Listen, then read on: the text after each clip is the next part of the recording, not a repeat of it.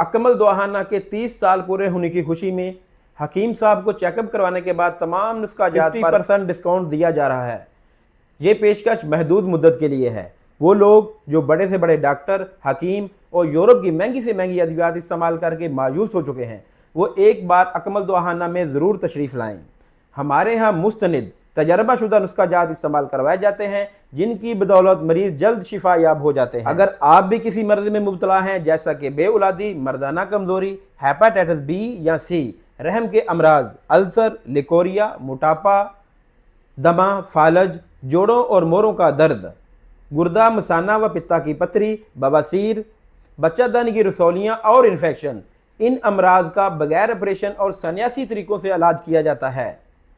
हर मरीज़ के मजाज और मौजूदा कंडीशन के मुताबिक मेडिसिन तैयार की जाती हैं।